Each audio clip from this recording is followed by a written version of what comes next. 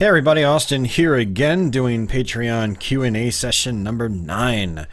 It's been a little while since the last one. I wanted to try to get these out on a monthly basis, but October happened, and for those of you guys that are new to my channel, when October happens, I basically just drop everything and focus on horror-themed content, be it live streams or Let's Plays or whatever.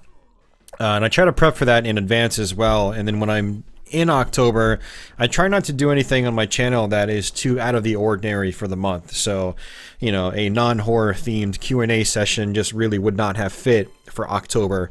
And so, yeah, I pushed this Q&A off until November. I think the last one was back in September, and I'm probably not going to do any more Q&A sessions, at least not anytime soon. The big reason is that there just doesn't seem to be a whole lot of interest in these. I mean, viewership is about as expected as it should be, not a lot, but, you know, these are podcast-style videos, really, where you can just, you know, pop them on, step away, do some stuff around the house or whatever, and then listen to them. But without participants, I can't really do a whole lot, and you know, trying to, you know, get questions for these videos is like pulling teeth. So I do really appreciate all the folks that have participated in these, but without participation, I can't really do Q&A sessions. So I think this is going to be the last one for a while, and I do kind of want to keep this video style going though, because I do like just rambling into a microphone and just talking. So I might come up with something else if I can come up with topics on my own to talk about. Maybe I'll try to do just some sort of podcast style video. I don't know. I've dabbled with the idea recently, but I'm not entirely sure how I will handle it. Yeah, just a heads up for anyone that is a patron that wants to, you know, see these Q&A sessions going. You know, occasionally I post things on Patreon saying, hey, if you have questions or topics you want me to touch on, feel free to post them here. And I also have a Q&A Discord server, or a Q&A section on my Discord server. So if you have access to the Discord server as a patron or YouTube channel member, you can go there and then drop any topic you want me to talk about or whatever. This video is more about you, you know, kind of like giving me stuff to talk about than it is me just talking about stuff. So, but with the low participation on these, I think I'm not going to go out of my way to, you know, fish for questions anymore. So I think number 9 is probably going to be the last Q&A that we do for a while, unless people just start dive bombing me with questions on places like the Discord. But I'm regardless of what it is, I might even just remove like the Q&A section on my Discord server. So we'll just kind of see what happens with that. But without further ado, I do have 5 different questions here from 3 different users: Chenti999, Crestline Iceberg, and Trevo Student. So thank you guys for you know, submitting some topics to talk about here. A mix of stuff here, nothing too crazy, probably not going to be too long, so let's go ahead and just kick things off. So Chenti's question is what is your favorite classic gaming magazine, and what are your favorite classic gaming magazine memories? So this one's going to be fairly biased because I didn't have a lot of magazines growing up. I had one specific magazine, and that was Nintendo Power. My parents started subscribing me to it, I think, sometime in 1990. It was the Mega Man 3 issue, I believe, is when we started. And then I subscribed all through the entire 1990s, all the way up until the Nintendo GameCube and Game Boy Advance era, and that's when I stopped subscribing. So naturally my favorite magazine is going to be Nintendo Power because of that, but going back to it, I still really like the structure of the magazine. Yeah, it was clear they were very biased towards Nintendo content and whatever. I mean, it was a Nintendo themed magazine, but there was a lot of good stuff in there. I mean, from the various strategies they had to their like top 10 or top 20 lists for each platform that they would do every month, like the most popular games, you know, out there.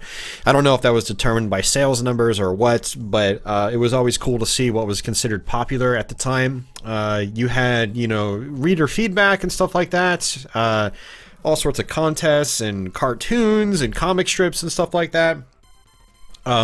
Lots of great stuff in that magazine, and I would always use it back in the day to know what was coming out next. We didn't have the internet back then, and so, you know, I would get Nintendo Power and go straight to the new releases or upcoming releases, and that's how I learned about stuff like Mega Man 4, Super Mario Brothers 3, stuff like that.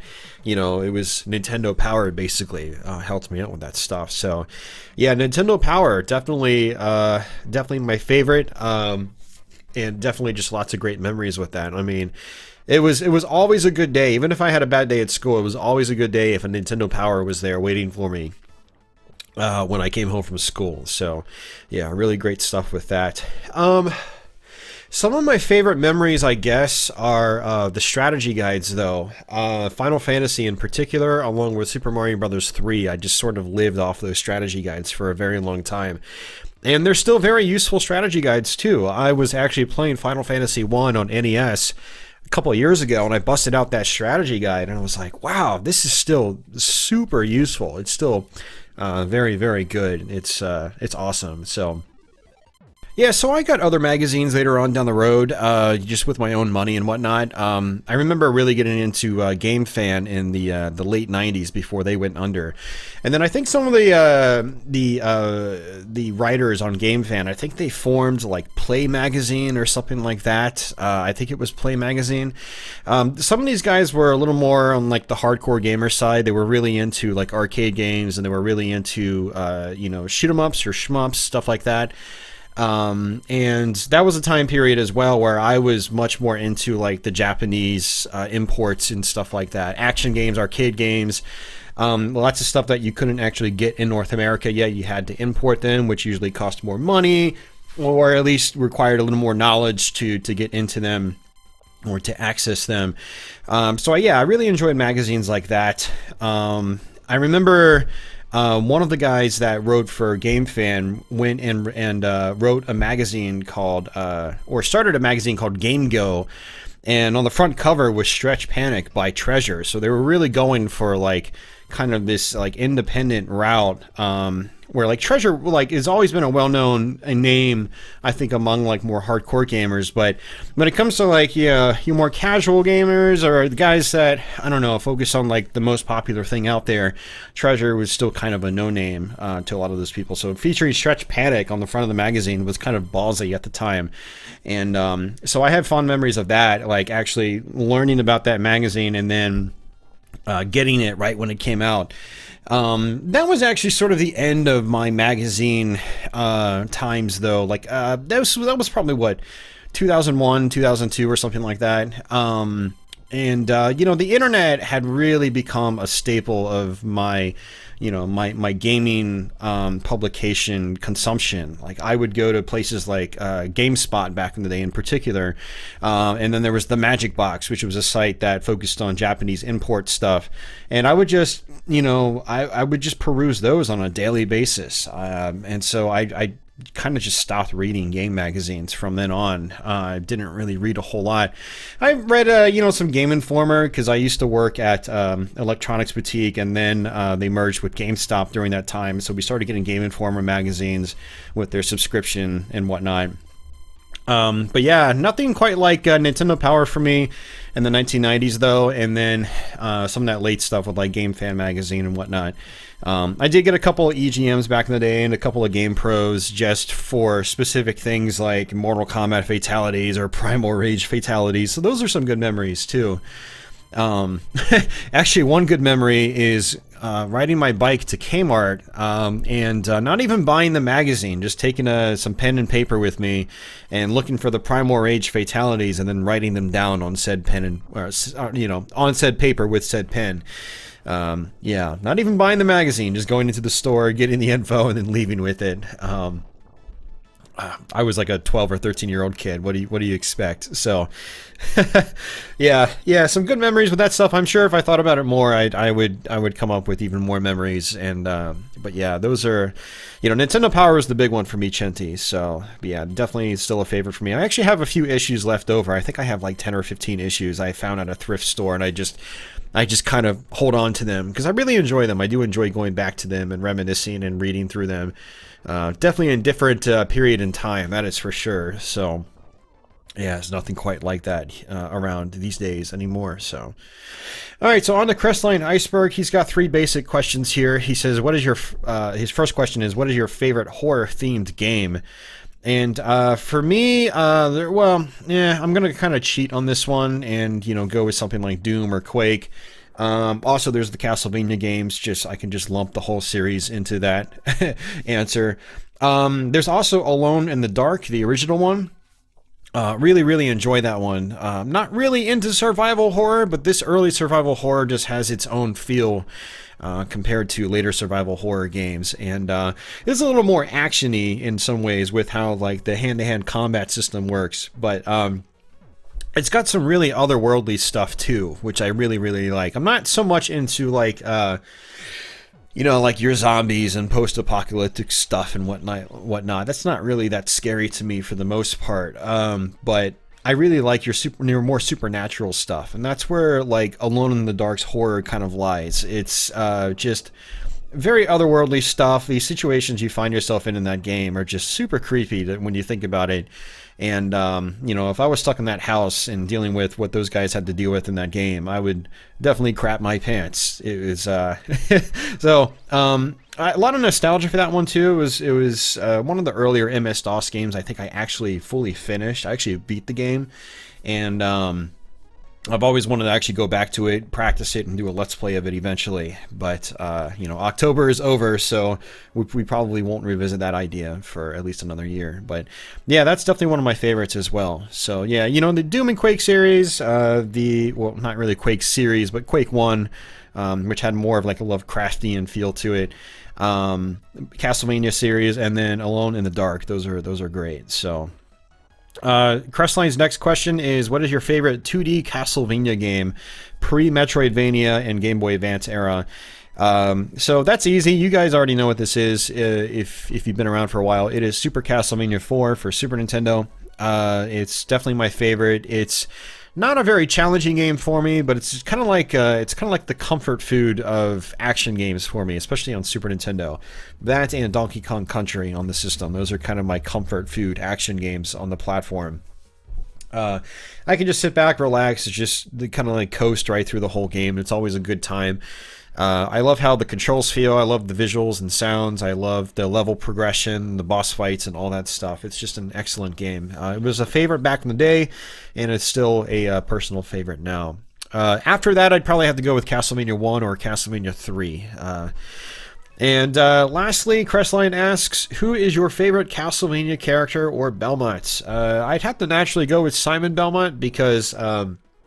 this isn't really a topic I think about too much when I play Castlevania. I'm not really that kind of person, but I'd have to go with Simon Belmont because he was the first character that we kind of cared about as kids, or we knew about anyway. He was in Castlevania 1, then Castlevania 2 was a direct follow-up on that, so, his name was all over the place there. And then Castlevania 4, he was also the main protagonist in that, since Part 4 was more or less a remake of Part 1. Even though the numbering wouldn't indicate that. He was also referred to in other games as well, so he's got a lot of clout in the series, and he's also got a cool character design as well, especially in Castlevania 1. I really like what they did with his cover art character design. It just looks really cool. So, yeah, Simon Belmont, I would definitely have to pick him. All right, so this last question here is kind of a weird one. No offense, Trevor student, but it is. He says it's becoming more and more apparent that YouTube is becoming the behemoth of information and content. Yes, it is. It's one place. Yes, and he goes, with that being said, how can we possibly keep up with high scores? And to what level will YouTube become our only source for high scores in games? This is a question that I think needed to, sit on the back burner a little bit. YouTube will never become our only source for high scores in games. So I guess he's talking about, just high scores in general. I follow a lot of people on Twitch that aim for high scores in, say, shoot 'em ups and arcade games and stuff like that.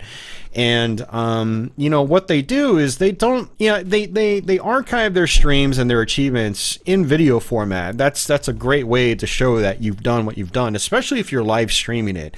If you're live streaming it live on the spot, it's really hard to fake, like webcam footage in particular. you know, it's hard to fake that with the gameplay to make it look like you've just spliced it together. So you know, there's that kind of proof, but then there's also, you know, these people, they also post their scores to actual websites. They don't rely on YouTube to document their high scores. You know, there are multiple shoot 'em up leaderboards that you can post to. You've also got you know, more well-known places like Twin Galaxies for like your more classic arcade stuff. Although their name has been tainted in recent years, they're still a legitimate site you can post scores to.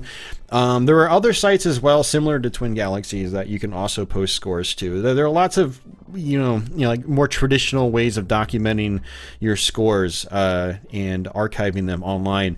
The YouTube isn't, you know, how you keep up with high scores and where you go to keep up with high scores. It's just where you go to watch runs of high scores, like high scoring runs. You know, people will just archive them there.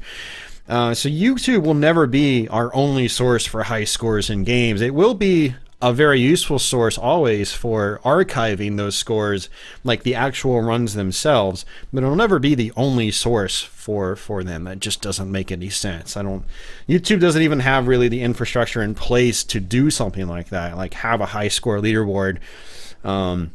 It just doesn't exist on the platform. So other sites will always handle that type of stuff. And, you know, places like YouTube will just be there, you know, for people to post content that shows their runs in action. And that's basically it. So do you guys have any questions or comments or anything like that? I know this was a pretty short one. Like I said, it's it's been like pulling teeth trying to get questions. These are questions over the last 2 months that I've gotten. And I think Crestlines, I think his actually came in while I was in the middle of recording my last one 2 months ago. So as you can see, we're not getting a lot of questions on a regular basis, so this will probably be our last Q&A. But thanks guys for submitting questions, Chenty, Crestline, and Trevor Student. I do appreciate it. I do like rambling into the mic just kind of aimlessly, and it lets me kind of reminisce about stuff too, like the gaming magazine one especially. It was really awesome, like being able to think about that again. I haven't thought about that in a while, so thank you for that, Chenty, in particular. Thanks Crestline as well. He gave me a ton of questions in the past, kind of like keeping this train going basically. And thank you, Trevor Student, for participating as well. So, but yeah, again, if you guys have any questions or comments or anything like that, feel free to post them down below. If you have any responses to these questions as well, also post them down in the comment section below. I'm sure these guys would like to hear your responses too, as would I. And with that, guys, I guess until the next one, take it easy.